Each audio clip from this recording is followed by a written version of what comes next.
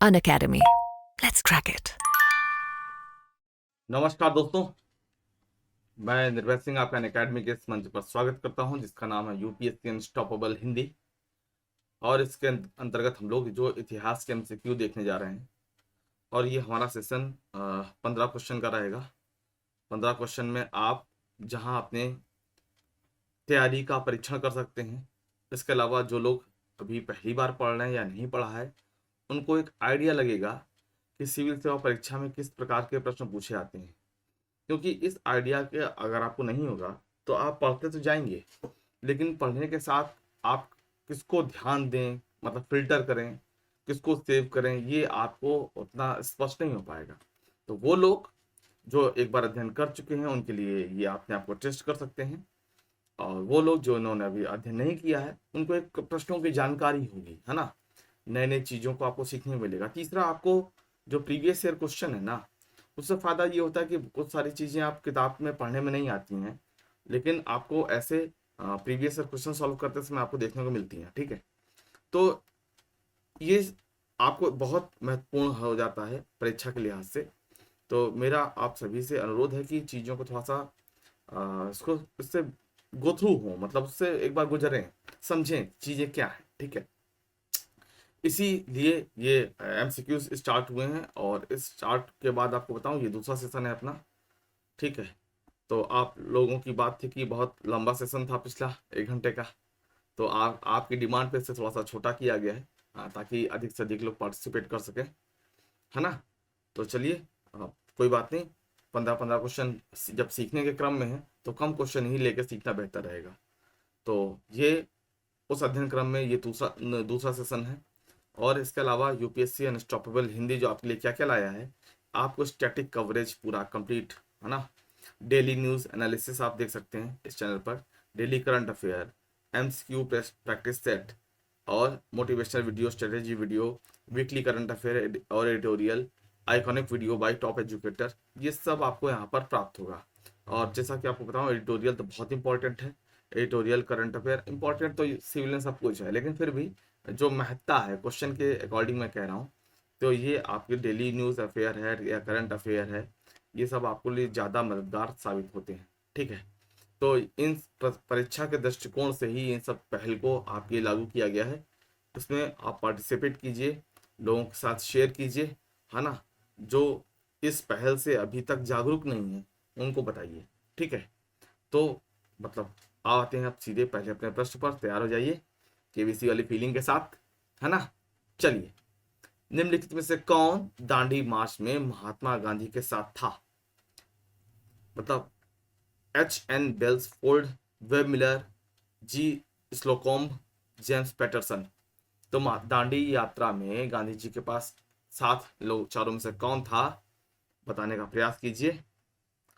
वो लोग जो एक बार अध्ययन कर चुके हैं उनको लगता है कि उत्तर दे सकते हैं तो जरूर ट्राई करिए, और वो लोग जिनको लगता है कि उत्तर नहीं दे सकते हैं, अटेम्प्ट करने में क्या जा रहा है। मैं कौन सा आपको मतलब फेल करने वाला हूँ या दंड देने वाला हूँ, ऐसा तो कुछ है नहीं, है ना। तो ट्राई जरूर कीजिए, आपने कहीं पढ़ा हो, सुना हो। क्योंकि जो सिलेबस के अलावा भी आप न्यूज़पेपर पढ़ते हैं, समाचार सुनते हैं, ऐसा नहीं कि आप कुछ भी नहीं जानते, ऐसा तो बिल्कुल नहीं है ना। कोशिश कीजिए, अटेम्प्ट कीजिए।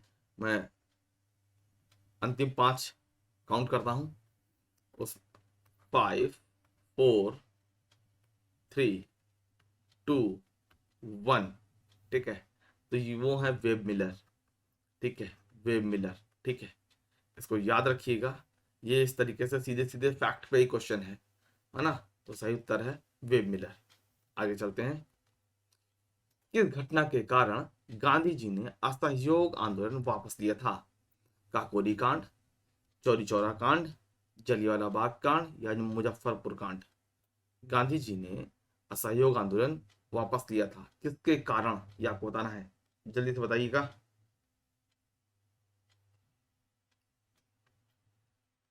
अटेम्प्ट कीजिए। ये भी आपने मतलब सुना होगा, ये ऐसा क्वेश्चन नहीं है कि आप बहुत पढ़े होंगे तभी जवाब दे पाएंगे, है ना। आपने साधारण सा भी कभी अध्ययन किया होगा या न्यूज़पेपर सुनते होंगे, ध्यान देते होंगे, तो ये सब आ गया होगा। तो इसलिए आप ये मत सोचिए कि मैंने तो पढ़ा ही नहीं, मैं कैसे उत्तर दूँ। हाँ, और नहीं भी तो अटेम्प्ट कीजिए, अटेम्प्ट करने में क्या जा रहा है। वैसे भी आपको एक बात और बता दूं, 5 नवंबर को अन अकेडमी स्कॉलरशिप टेस्ट करा रही है, ठीक है। और स्कॉलरशिप टेस्ट के लिए आपको अपने आप को रजिस्ट्रेशन कराना पड़ेगा 4 नवंबर से पहले, ठीक है। और उसमें आप ढेर सारे इनाम जीत सकते हैं, और इनाम आप ही लोगों के लिए है, तो अटेम्प्ट जरूर करिए, है ना। उत्तर दीजिए, अंतिम 5 सेकंड। 5, 4, 3, 2 और 1। ठीक है, देखिए ये है चौरी चौरा कांड, जो 4 तारीख को हुआ था, 4 फरवरी 1922। कहीं कहीं किताब में 5 भी लिखा है, तो वो देखिए 4 और 5 से बहुत बड़ा कंफ्यूजन, मतलब एक बार किसी एग्जाम में पूछा गया है, मुझे एग्जैक्टली मैं याद नहीं आ रहा है, या मैं उसका एग्जाम का नाम लेना नहीं चाह रहा हूँ, ठीक है। लेकिन फिलहाल आप इतना समझिए कि ये 4 और 5 में कंफ्यूजन रहता है लोगों को, तो उससे ज़्यादा बहुत परेशान होने की जरूरत नहीं है। क्या? क्योंकि कई बार हम लोग डेट रात के 12 बजे बदल जाती है, ठीक है। तो कई बार लोग 4 बजे के, जैसे 4 तारीख की रात में 12 बजे के बाद 5 तारीख लग जाती है, तो इस हिसाब से ये कन्फ्यूजन बना हुआ है। तो इसमें इतना बहुत ज़्यादा परेशान होने की जरूरत नहीं कि सर मेरी किताब में तो 5 तारीख लिखा है, आप 4 तारीख बता रहे हैं, तो इसके लिए बहुत ज़्यादा परेशानी की जरूरत नहीं है, ठीक है। तो कहने का आशय क्या है, आप इतना ध्यान रखिए कि डेट तो इम्पोर्टेंट है, ये नहीं कह रहा कि नहीं है, आधुनिक भारत की डेट इम्पोर्टेंट होती है, ठीक है। तो मतलब इसको कारण मैं आपको बता रहा हूँ कि ऐसा क्यों कहीं 4 लिखा है, कहीं 5 लिखा है। तो चौरी चौरा कांड में क्या है कि जो भीड़ ने एक थाने में, एक पुलिस चौकी में आग लगा दी थी। इसमें कहीं कहीं 21 लिखा मिलता है, कहीं कहीं 23 लिखा मिलता है। 23 लोगों की, पुलिस वालों की हत्या हो गई थी, और आंदोलन हिंसक हो चला था। तब गांधी जी ने असहयोग आंदोलन वापस लेने की घोषणा की। मतलब 4 तारीख को ये हुआ, और 12 फरवरी को इन्होंने कहा कि असहयोग आंदोलन वापस लिया जा रहा है, ठीक है। तो ये चौरी चौरा कांड है, ठीक। आगे चलते हैं। जलियांवाला बाग हत्याकांड 1919 में पंजाब में हुए अत्याचारों से अपने विरोध के रूप में किस विख्यात व्यक्ति ने ब्रिटिश सरकार द्वारा प्रदान की गई नाइट की उपाधि, ठीक है, नाइट की उपाधि को वापस लौटा दिया था? तेज बहादुर सप्रू ने, आशुतोष मुखर्जी ने, रविन्द्रनाथ टैगोर ने, या सैयद अहमद खान ने? किसने जलियांवाला बाग हत्याकांड में जो हिंसा हुई थी उसमें विरोध स्वरूप अपना नाइट की उपाधि वापस कर दी थी? तो चारों विकल्प में से आप बताइए कि सही विकल्प क्या है। तेज बहादुर सप्रू है, आशुतोष मुखर्जी है, या वो व्यक्ति रविन्द्रनाथ टैगोर है, या वो सर सैयद अहमद खान है? यहाँ पर आपको अपना उत्तर देना है, थोड़ा समय ले लीजिए, क्योंकि ये हो सकता है थोड़ा सा वही उत्तर दे पाए जो एक बार अध्ययन किया होगा।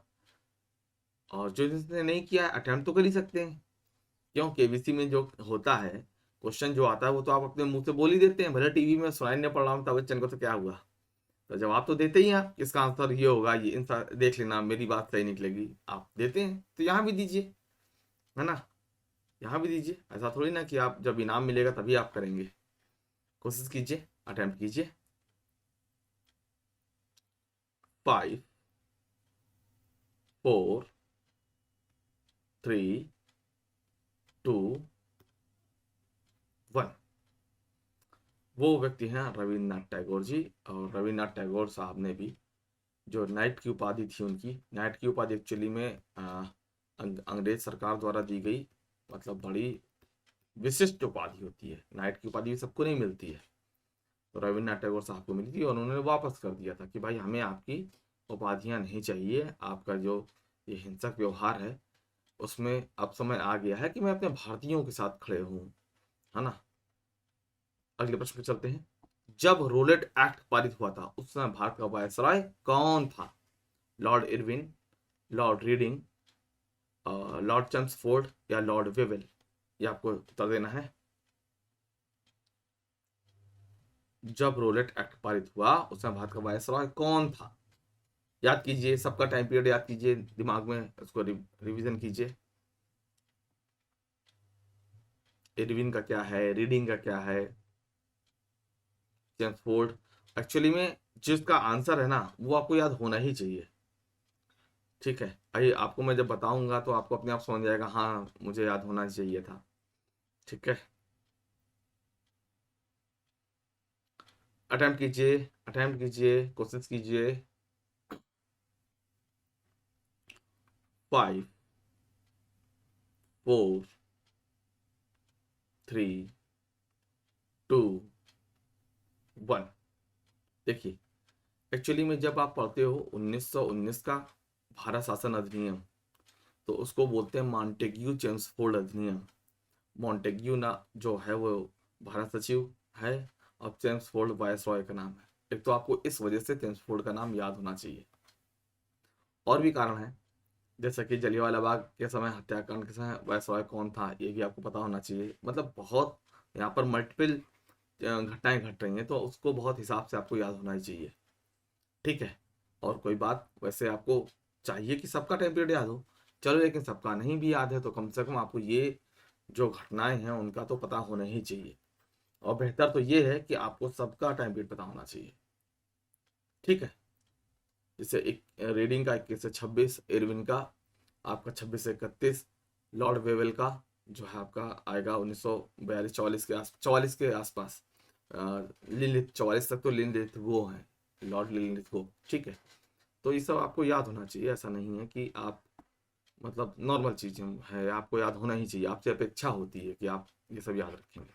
ठीक है, निम्नलिखित में से किसने अहमदाबाद टेक्सटाइल लेबर एसोसिएशन की स्थापना की? महात्मा गांधी, वल्लभ भाई पटेल, नारायण मल्हार जोशी या जेबी कृपलानी? किसने? एनएम जोशी या जेबी कृपलानी? बताइएगा जल्दी से, बताएंगे। अहमदाबाद टेक्सटाइल लेबर एसोसिएशन की स्थापना किसने की? 5 4 3 2 1। ये है महात्मा गांधी। ठीक है, महात्मा गांधी मतलब जो अहमदाबाद का देखते हैं ना आंदोलन, उसी समय। दक्षिण अफ्रीका से लौटने के पश्चात गांधी जी ने पहला सफल सत्याग्रह आरंभ किया, मतलब भारत में कहां पर, ये आपको बताना है। लौटने के पश्चात मतलब भारत में लौटने के पश्चात पहला कौन सा आंदोलन हुआ? चौरी चौरा, दांडी, चंपारण या बारदोली? ये मुझे लगता है आप सभी बता देंगे, सभी के सभी अटेम्प्ट कर देंगे इसको, तो है ना, जल्दी से अटेम्प्ट करेंगे।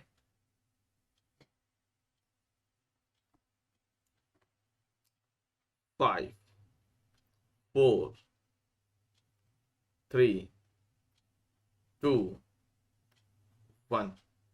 उत्तर है चंपारण 1917, जिसमें तीन कठिया पद्धति के खिलाफ जो राजकुमार शुक्ल जी मिलने गए थे लखनऊ में, है ना, गांधी से मिले और उन्होंने कहा कि आप आइए, चंपारण की स्थिति को जरा देखिए, समझिए।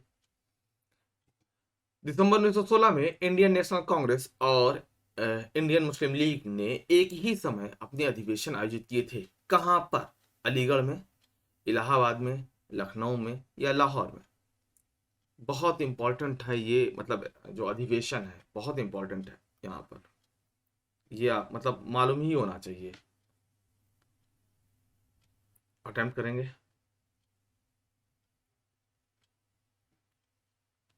अटेम्प्ट करेंगे। ध्यान दीजिए, 1916 का लखनऊ अधिवेशन। मैं ही आंसर बोल गया, चलिए कोई बात नहीं।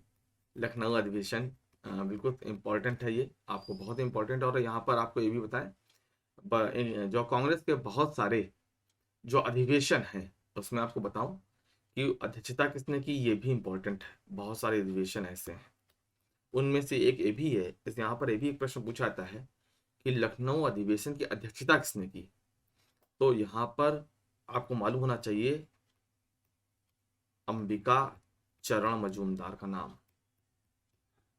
ठीक है, तो ये भी इंपॉर्टेंट है कि अध्यक्षता किसने की, मतलब शुरुआत के 3-4 तो इंपॉर्टेंट है ही कि अध्यक्षता किसने की। उसके बाद ही बहुत सारे अधिवेशन ऐसे हैं जहां पर आपको ये याद रखना है, ध्यान देना है। ठीक है, चलिए अगला प्रश्न है, निम्नलिखित युद्धों में से किस एक में बाबर ने जिहाद की घोषणा की? मतलब उसको धार्मिक युद्ध की तरह उसने अपील की। अटेम्प्ट करेंगे पानीपत का युद्ध, खानवा का युद्ध, चंदेरी का युद्ध, या उनमें से कोई नहीं। अटेम्प्ट करेंगे, अटेम्प्ट करेंगे सभी लोग। अटेम्प्ट कीजिए। मैं अब ज्यादा बीच नहीं बोलूंगा वरना उत्तर निकल जाता है ना। नहीं नहीं, आप कंसंट्रेट होकर अपना उत्तर दीजिए।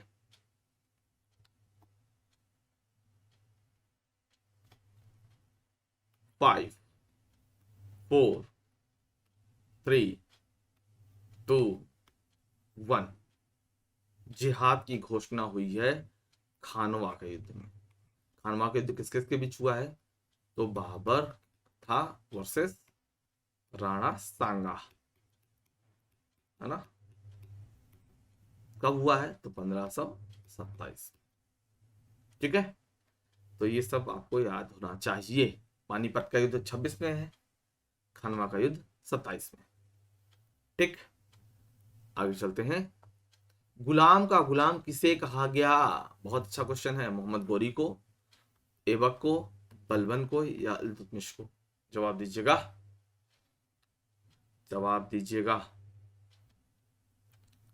गुलाम का गुलाम किसे कहा गया? अटेम्प्ट कीजिए। गुलाम का गुलाम इसमें से कौन था? अटेम्प्ट करेंगे। 5 4 3 2 1। गुलाम का गुलाम भाई इल्तुतमिश को। और किसको? क्यों? इल्तुतमिश किसका गुलाम था? याद कीजिए पहले। इल्तुतमिश ये गुलाम था किसका? ऐबक का। और ऐबक किसका गुलाम था? गोरी का। ठीक है, बल्कि देखिए, जो गोरी का गुलाम ऐबक है, ऐबक का गुलाम इल्तुतमिश है। लेकिन आपको बताऊं, अपने इल्तुतमिश अपने मालिक जो उसका था वो अभी गुलामी से आजाद नहीं हो पाया था, लेकिन इल्तुतमिश गुलामी से आजाद अपने मालिक से पहले हो गया है। लेकिन फिर भी इतिहास में इसको गुलाम का गुलाम कहा गया है। अब ये ऐबक का दामाद भी था, है ना, तो इसको ध्यान रखिएगा। कौन? इल्तुतमिश। किस सुल्तान के काल में खालसा भूमि अधिक पैमाने में विकसित हुई? गयासुद्दीन तुगलक, सॉरी गयासुद्दीन बलबन, अलाउद्दीन खिलजी, मोहम्मद बिन तुगलक, या फिरोज शाह तुगलक? बलबन, खिलजी, अलाउद्दीन, या दो तुगलक? इनमें से किसको? पहले आपको यहाँ पर आपको बताएं, ये क्वेश्चन सॉल्व करने के लिए जरूरी है कि आपको ये पता हो कि खालसा की भूमि कहते किसे हैं। ठीक है, अभी कोई बात नहीं, मैं तो बताऊंगा ही, लेकिन आप इसे जिनको जो पता है पहले वो आप लोग उत्तर कर लीजिए। बच्चों तो बताना ही है, मैं तो बताऊंगा ही आखिरी में। ठीक है, तो पहले आप लोग अटेम्प्ट कर लीजिए। खालिसा या खालसा कोई अंतर नहीं है, दोनों तरीके से लिखा जाता है खालसा, है ना। खालसा क्या होती है आइए समझाता हूं, पहले आप अपना अटेम्प्ट कर लीजिए, जल्दी से अटेम्प्ट कीजिए। खालसा। 5 4 3 2 1। अब देखिए, खालसा कहते हैं सरकारी भूमि को, सरकारी भूमि को। तो ये अलाउद्दीन खिलजी था जिसने वक्फ, वक्फ की जमीन थी या मिल्क की जमीन थी। हाँ, मिल्क क्या होता है? मिल्कियत जो मान लीजिए किसी को इनाम में दी गई है, हाँ, जिसको वैसे दी गई है, मतलब पुरस्कृत करने के लिए दी गई है, इनाम में दी गई है, राज द्वारा कैसे भी सहायता के लिए दी गई है। वक्फ मतलब जो धर्मार्थ के लिए दी गई है, ये सब जमीन इन्होंने अपने में शामिल कर लिया। एक्चुअली में ये से गलत आशय मत निकालिएगा कि पल्लो ये क्या बात हुई, मिल्क को इनाम में दिया और फिर वापस ले लिया। नहीं, इनाम में दिया गया था एक्स को, अब एक्स मर के चले गए हैं, अब इनके पुत्र जो वाई हैं ये देख रहे हैं, या इनके पुत्र जेड हैं वो देख रहे हैं। मतलब मिल्क, इनको मिल्क मिला था इनको, और ये पुश्तैनी हो गया है। तो वो जमीनें वापस लेकर के इसने क्या किया, सरकारी भूमि को विस्तार किया। भाई अगर एक्स को मिल्क की जमीन दी गई है तो इनकी जगह कोई दूसरा भी तो जो हो सकता है, हाँ, तो उसकी सहायता करनी है, इनके बच्चों को नहीं सहायता करनी है। भाई इन्होंने ऐसा काम किया, या मान लीजिए संगीतज्ञ हैं या इतिहासकार हैं या युद्ध में इनको इनाम मिला है, जो भी है, ठीक है। तो यहाँ पर क्या उत्तर होगा, अलाउद्दीन खिलजी। अमीर कोही एक नया विभाग किस सुल्तान द्वारा शुरू किया गया था? पहली बात आपको ये मालूम होना चाहिए अमीर कोही है क्या, फिर आप इसका उत्तर दे पाएंगे। लेकिन तब तक आप अटेम्प्ट कीजिए, मुझे तो बताना ही है, तो आप अपने समय लीजिए और अटेम्प्ट कीजिए। 15 क्वेश्चन में से हम लोग 11वें पे आ गए, जरा जल्दी करेंगे, जल्दी करेंगे, जल्दी से जल्दी, जल्दी से। अलाउद्दीन खिलजी हैं, फिरोज शाह तुगलक, मोहम्मद बिन तुगलक या सिकंदर लोदी, कौन है? 5 4 3 2 1। ये है मोहम्मद बिन तुगलक। अमीर को ही क्या है, कृषि विभाग की स्थापना, मतलब कृषि को उन्नत बनाने के लिए या कहीं अकाल पड़ा है तो उसमें सहायता के लिए ये विभाग बनाया गया है ना, ये मोहम्मद बिन तुगलक। ठीक, निम्नलिखित में से कौन सा एक बौद्ध मत के निर्वाण की अवधारणा की सर्वश्रेष्ठ व्याख्या करता है? तृष्णारूपी अग्नि का समन, स्वयं की पूर्णतः अस्तित्वहीनता, परमानंद एवं विश्राम की स्थिति, धारणातीत मानसिक अवस्था। तो इस प्रश्न को अटेम्प्ट करेंगे, और मतलब ये तो मैंने पढ़ाया ही है, समझाया ही है, ठीक है, लेकिन फिर भी देखता हूं कौन उत्तर दे पाता है। ठीक है, देखता हूं कौन उत्तर दे पाता है। निर्वाण की अवधारणा को कौन सबसे, ये विकल्प में से 4 जो विकल्प दिए हैं इनमें से निर्वाण की अवस्था को कौन बेहतर रूप से समझा पा रहा है, आपको ये बताना है। थोड़ा सा समय लीजिए लेकिन जवाब देने की कोशिश कीजिए, है ना, क्योंकि ये तो भाई मैंने खुद ही पढ़ाया है, और ये एक्चुअली में आईएएस का क्वेश्चन है। आईएएस 2013 में ऐसे ही पूछा गया है, ये आईएएस 2013 का क्वेश्चन है। ठीक है, अटेम्प्ट कीजिए। 5 4 3 2 1। देखिए, मैंने आपसे कहा था हमारे दुख का कारण क्या है, तो दुख का कारण कहीं ना कहीं तृष्णा है, हमारी प्यास है। ये तृष्णा का कारण क्या है, हमारी अज्ञानता या अशिक्षा। ठीक है, तो यहां पर जो दिया गया है तृष्णा, अगर इस तृष्णा का हम दमन कर दें, इसका समन कर दें, दमन कर दें, तो दुख खत्म हो जाएगा। तो देखिए साफ साफ लिखा है तृष्णा रूपी अग्नि का शमन। और आपको बताऊं, आप प्ले लिस्ट में जाएंगे और बौद्ध धर्म वाला देखेंगे तो ये मैंने बकायदा इस तरीके से ही समझा रखा है। ठीक है, चलिए, बोध गया में किसे ज्ञान प्राप्ति हुई थी, जल्दी से बताइएगा, इसमें बहुत समय नहीं लेना चाहिए आपको, बहुत समय आप इसमें नहीं ले सकते हैं। बोध गया किसके लिए जानी जाती है? 5 4 3 2 1। बोध गया जानी जाती है गौतम बुद्ध के लिए, है ना। गोत्र शब्द का सर्वप्रथम प्रयोग कहां पर हुआ है? गोत्र शब्द का सर्वप्रथम प्रयोग कहां पर हुआ है ये आपको बताना है। और आपको बताना चाहूंगा कि आज जो शाम को 6 बजे से आपके इसी चैनल पर एनसीईआरटी सीरीज जो चल रही है वो आपको मिलेगी। ठीक है, 7:30 बजे आपको मिलेगा क्या, आईआर की क्लास अनअकैडमी के लर्निंग ऐप पर, और 9 बजे से मिलेगी आपको जो एंशियंट हिस्ट्री की क्लास मिलेगी, वो मिलेगी, ये मिलेगी आपको लर्निंग ऐप पर, लर्निंग ऐप पर, अनअकैडमी का लर्निंग ऐप, और ये मिलेगी आपको वाईटी पे। ठीक है, तो भूलिएगा मत, जल्दी से अटेम्प्ट करेंगे मेरे ख्याल से समय हो गया पर्याप्त रूप से। ये ऋग्वेद है, ऋग्वेद में गोत्र शब्द का उल्लेख मिलता है सबसे पहले। और आज के दिन का अंतिम प्रश्न, निम्नलिखित पशुओं में से किस एक का हड़प्पा संस्कृति में पाई मोहरों और टेराकोटा कलाकृतियों में निरूपण नहीं हुआ था? नहीं शब्द पर जाइएगा। टेराकोटा मतलब पकी हुई मिट्टियां जो होती हैं उससे जो मूर्तियां बनती हैं। मतलब देखिए ना, पहले प्लास्टिक चलता था, प्लास्टिक तो अब चल रहा है। प्लास्टिक जब नहीं चलता था तो पकी हुई मिट्टियों से मतलब खिलौने बनते थे। आज भी आप देखेंगे गांव के हाट वाट में पकी हुई मिट्टी के खिलौने मिल जाएंगे। तो गाय का, गैंडा का, हाथी का, बाघ का किसका नहीं मिला, ये आपको बताना है। कहां पर? सैंधव सभ्यता में, हड़प्पा संस्कृति में। जल्दी से अटेम्प्ट करेंगे। शुरू करता हूं काउंटडाउन। 5 4 3 2 1। और जवाब है गाय। गाय का निरूपण नहीं हुआ है, गाय का निरूपण बाद में वैदिक सभ्यता में आप देखते हैं। ठीक है, तो ये आज का एमसीक्यू था और उम्मीद करता हूँ आपको निश्चित तौर पर अच्छा लगा होगा।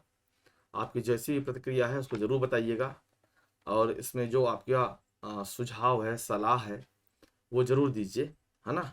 और आपको सेशन कैसा लगा ये भी हमको सूचना दीजिए, कमेंट करिए, बताइए कि आप इसमें और क्या सुधार चाहते हैं और क्या आपकी अपेक्षा है, वो सब बताइए, है ना। तभी तो प्रतिपूर्ति हो पाएगी उसकी, है ना। तो इसी के साथ इस तत्व को यहाँ पे विराम देता हूँ। आप सभी का बहुत बहुत धन्यवाद, बहुत बहुत आभार। मिलते हैं अगले सेशन में।